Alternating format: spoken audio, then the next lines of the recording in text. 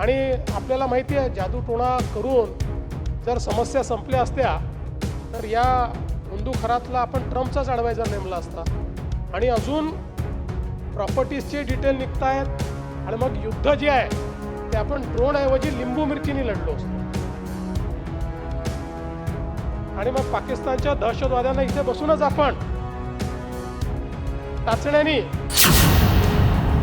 काल मी विकृत भोंदू बाबा अशोक खरात यांच्या प्रकरणी एक सविस्तर निवेदन देखील केलेलं आहे। काही सदस्यांनी त्या संदर्भातही आपलं मत व्यक्त केलं आहे।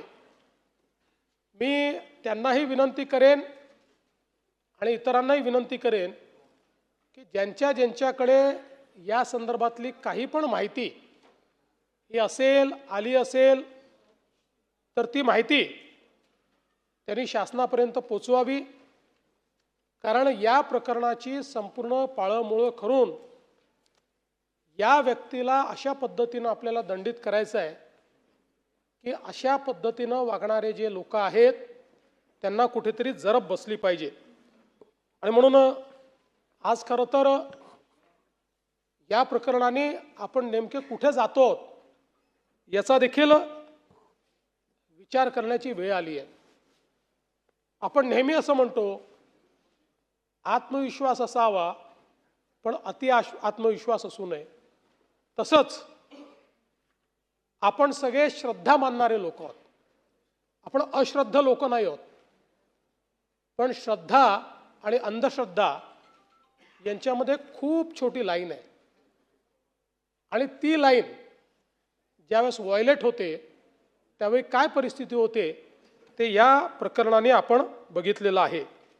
आणि म्हणून एक प्रकारे अंधश्रद्धेमध्ये कशा पद्धतीनं विवेक हरवतो हे आपल्याला या प्रकरणात पाहायला मिळालेलं आहे।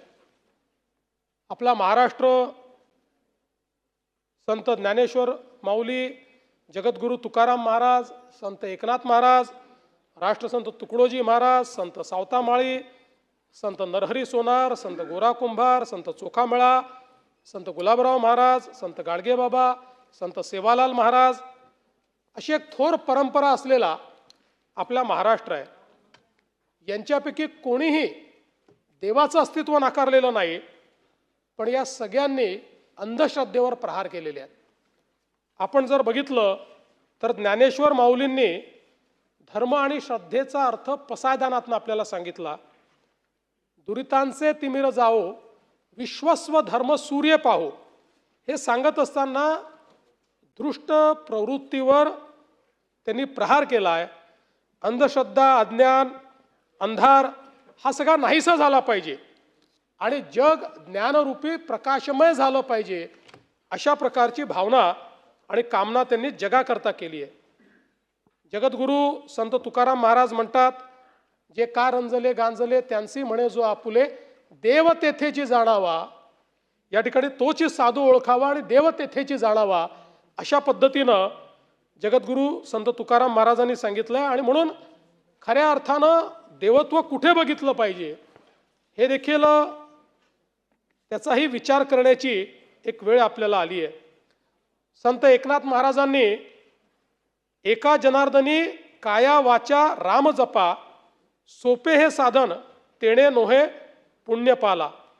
म्हणजे बाहेरच्या क्रियाकांडाऐवजी मनामध्ये राम जपा हे सर्वात सोपं साधन आहे, अशा पद्धतीनं आपल्याला उपदेश दिला आहे। तर संत सेवालाल महाराजांनी सोप्या शब्दामध्ये शिकवण दिली आहे, जाणजो छाणजो पचच माणजो। म्हणजे आधी जाणून पहा, पडताळून पहा आणि मगच माना। मला असं वाटतं की आजच्या परिस्थितीमध्ये हे जे काही प्रकरण या ठिकाणी आहे, या प्रकरणामध्ये हीच संतांची शिकवण आपल्या सर्वांकरता अत्यंत महत्त्वाची आहे।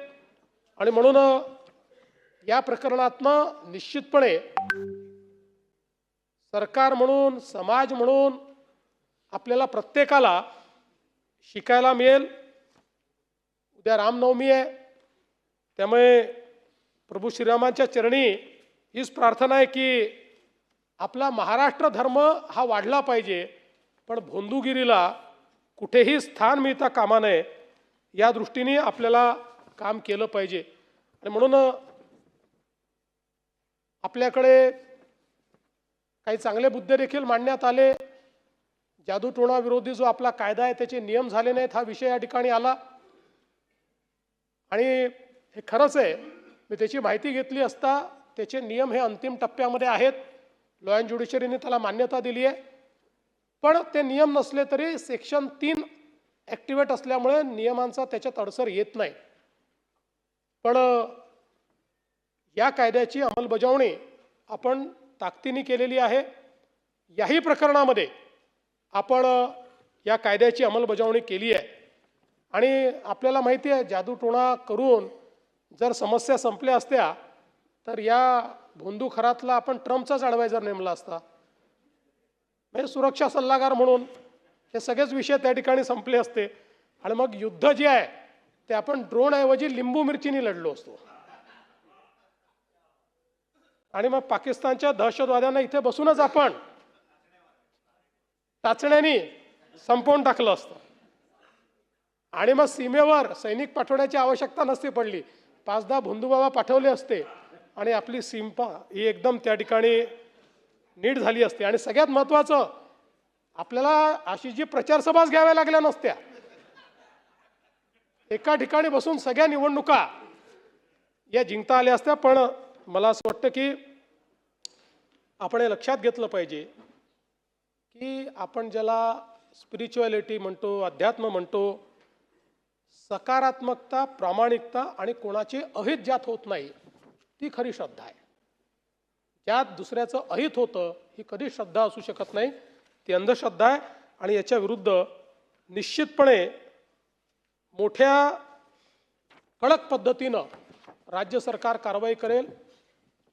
मी काल आपल्याला निवेदन केलं, त्यानंतरही माहिती खूप आली आहे आणि अजून प्रॉपर्टीजचे डिटेल निघत आहेत, वेगवेगळे कांड बाहेर निघत आहेत.